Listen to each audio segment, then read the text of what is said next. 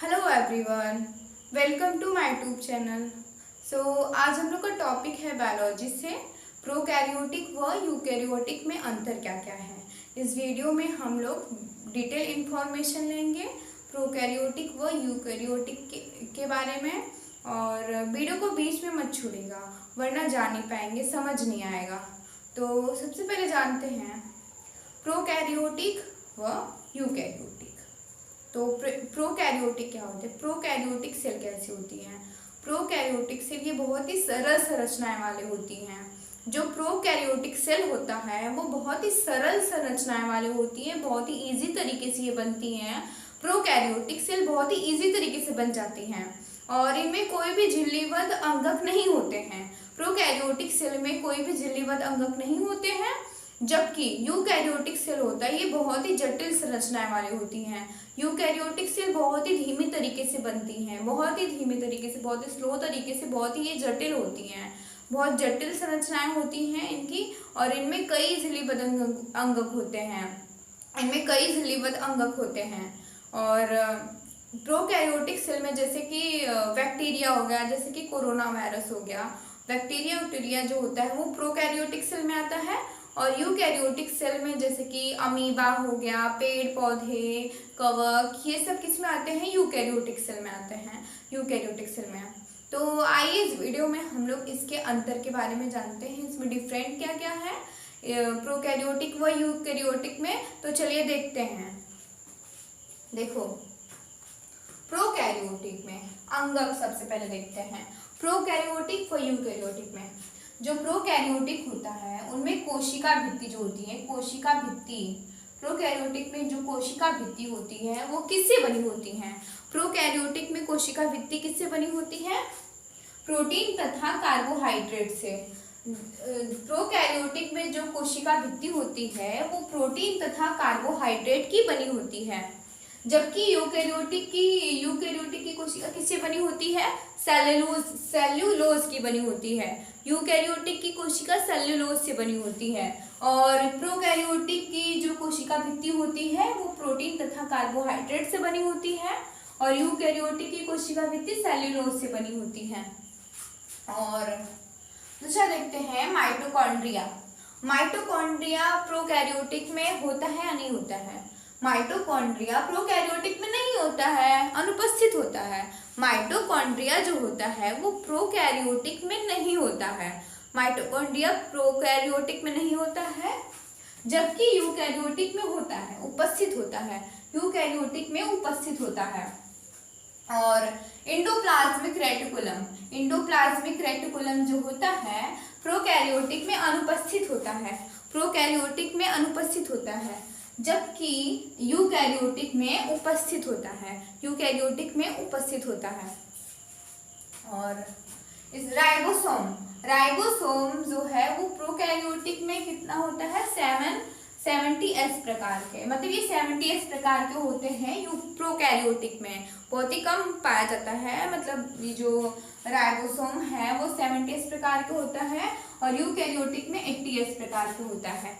इसलिए मतलब जो प्रोकैरियोटिक है वो बहुत ही इजी तरीके से बनता है और बहुत ही कमजोर होता है, पावरफुल नहीं होता, जबकि यूकैरियोटिक बहुत ही पावरफुल सेल है, बहुत ही पावरफुल सेल है, बहुत धीमी तरीके से बनता है बट बहुत कठिनाइयों से बनता है। ये मतलब बहुत ही पावरफुल सेल होता है, यूकैरियोटिक पावरफुल सेल होता है। और इसमें 80S प्रकार के होते हैं राइबोसोम। और केंद्रक झिल्ली, प्रोकैरियोटिक में केंद्रक झिल्ली नहीं होता है, अनुपस्थित होता है। केंद्रक झिल्ली जो होता है वो प्रोकैरियोटिक में अनुपस्थित होता है, जबकि यूकैरियोटिक में उपस्थित होता है, जबकि यूकैरियोटिक में उपस्थित होता है। और लाइबोसोम जो होता है, लाइबोसोम वो प्रोकैरियोटिक में अनुपस्थित होता है, लाइबोसोम प्रोकैरियोटिक में अनुपस्थित होता है यानी कि नहीं होता है, और यूकैरियोटिक में होता है, यूकैरियोटिक में होता है। और डीएनए प्रोकैरियोटिक में एकल सूत्र के रूप में होती है। जो डीएनए है, डीएनए ये एकल सूत्र के रूप में होती हैं, एकल सूत्र के रूप में होती हैं। डीएनए प्रोकैरियोटिक में कैसी होती हैं? एकल सूत्र के रूप में होती हैं। कैसी होती हैं? एकल सूत्र के रूप में होती हैं, एकल सूत्र के रूप में होती हैं। जबकि यूकैरियोटिक में पूर्ण विकसित व दोहरे सूत्र के रूप में होती हैं। देखो, इससे ही पता चल रहा है कि यूकैरियोटिक कितना पावरफुल सेल है, यूकैरियोटिक कितना पावरफुल सेल है और प्रोकैरियोटिक कितना ही मतलब कमजोर है। बहुत ही इजी तरीके से बनता है बट बहुत ही कमजोर है, बहुत ही कमजोर सेल है, जिसको हम आंखों से देख भी नहीं सकते हैं। जैसे बैक्टीरिया हो गया, जैसे कोरोना वायरस हो गया, एग्जाम्पल में लिए कोरोना वायरस, ये किसके अंदर आता है? तो ये प्रोकैरियोटिक सेल के अंदर आता है। जो कोरोना है वो प्रोकैरियोटिक सेल के अंदर आता है। प्रोकैरियोटिक में श्वसन कैसे होता है? प्रोकैरियोटिक में श्वसन कैसे होता है? प्लाज्मा झिल्ली द्वारा होता है, प्लाज्मा झिल्ली द्वारा होता है। प्रोकैरियोटिक में सेल कैसे श्वसन कैसे होता है? प्लाज्मा झिल्ली द्वारा होता है। प्रोकैरियोटिक में श्वसन प्लाज्मा झिल्ली द्वारा होता है, जबकि यूकैरियोटिक में श्वसन कैसे होता है? वो माइटोकॉन्ड्रिया द्वारा होता है। जबकि यूकैरियोटिक में श्वसन कैसे होता है? माइटोकॉन्ड्रिया द्वारा।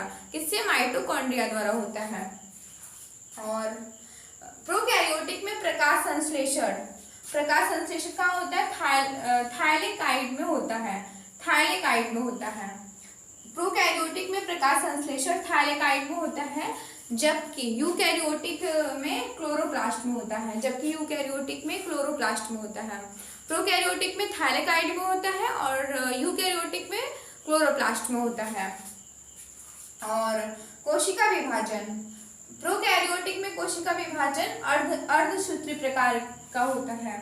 कोशिका विभाजन प्रोकैरियोटिक में अर्धसूत्री प्रकार का होता है और जबकि यूकैरियोटिक में समसूत्री प्रकार का होता है, यूकैरियोटिक में समसूत्री प्रकार का होता है।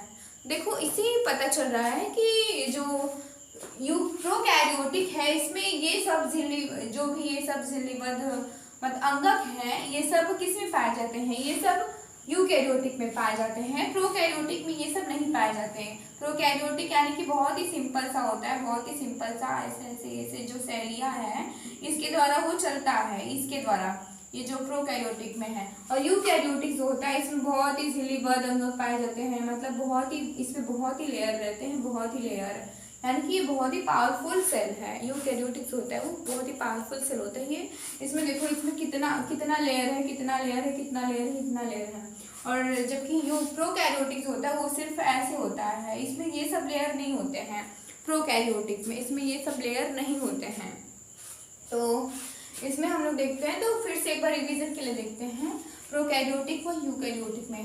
तो प्रोकैरियोटिक में कोशिका भित्ति किससे बनी होती है? प्रोटीन तथा कार्बोहाइड्रेट से बनी होती है। और यूकैरियोटिक में कोशिका भित्ति सेलुलोज द्वारा बनी होती है। और माइटोकॉन्ड्रिया प्रोकैरियोटिक में नहीं होता है, जबकि यूकैरियोटिक में होता है। और इंडोप्लाज्मिक रेटिकुलम जो होता है वो प्रोकैरियोटिक में अनुपस्थित होता है, जबकि यूकैरियोटिक में उपस्थित होता है। और राइबोसोम जो है वो प्रोकैरियोटिक में 70S प्रकार का होता है और यूकैरियोटिक में 80S प्रकार का होता है। और केंद्रक झिल्ली जो है वो प्रोकैरियोटिक में अनुपस्थित होता है, जबकि यूकैरियोटिक में उपस्थित होता है। और लाइबोसोम जो होता है वो अनुपस्थित होता है और इसमें उपस्थित होता है। और डीएनए जो होता है वो प्रोकैरियोटिक में एकल सूत्र के रूप में होता है, जबकि यूकैरियोटिक में पूर्ण विकसित व दोहरे सूत्र के रूप में होता है। और श्वसन कैसे होता है? प्रोकैरियोटिक में प्लाज्मा झिल्ली द्वारा होता है और यूकैरियोटिक में माइटोकॉन्ड्रिया द्वारा होता है। और प्रकाश संश्लेषण थाइलेकाइड में होता है प्रोकैरियोटिक में, और जबकि यूकैरियोटिक में क्लोरोप्लास्ट में होता है। और कोशिका विभाजन जो है वो प्रोकैरियोटिक में अर्धसूत्री प्रकार का होता है और यूकैरियोटिक में समसूत्री प्रकार का होता है। तो यही था इसमें डिफरेंट, प्रोकैरियोटिक व यूकैरियोटिक में यही था डिफरेंट। तो हम लोग जाने इस वीडियो में कि जो यूकैरियोटिक सेल है वो बहुत ही जटिल होता है, इसकी संरचना बहुत ही जटिल प्रकार की होती है और इसलिए बहुत ही झिल्लीबद्ध अंगक होते हैं, झिल्लीबद्ध अंगक होते हैं। जबकि जो प्रोकैरियोटिक है उसमें कोई भी ज़्यादा झिल्लीबद्ध अंगक नहीं होते हैं, वो सिर्फ सिंपल सा रहता है और वो बहुत ही सरल रहता है। जैसे कि कोरोना वायरस हो गया, इसको हम आँख से नहीं देख सकते हैं, और जितने भी बैक्टीरिया आते हैं वो प्रोकैरियोटिक के अंदर आते हैं। तो आई होप आप लोगों को प्रोकैरियोटिक व यूकैरियोटिक में डिफरेंट समझ में आया होगा और ऐसी ही और जानकारी लेने के लिए वीडियो को लाइक, सब्सक्राइब एंड शेयर करें और कमेंट करना तो बिल्कुल भी ना भूलें।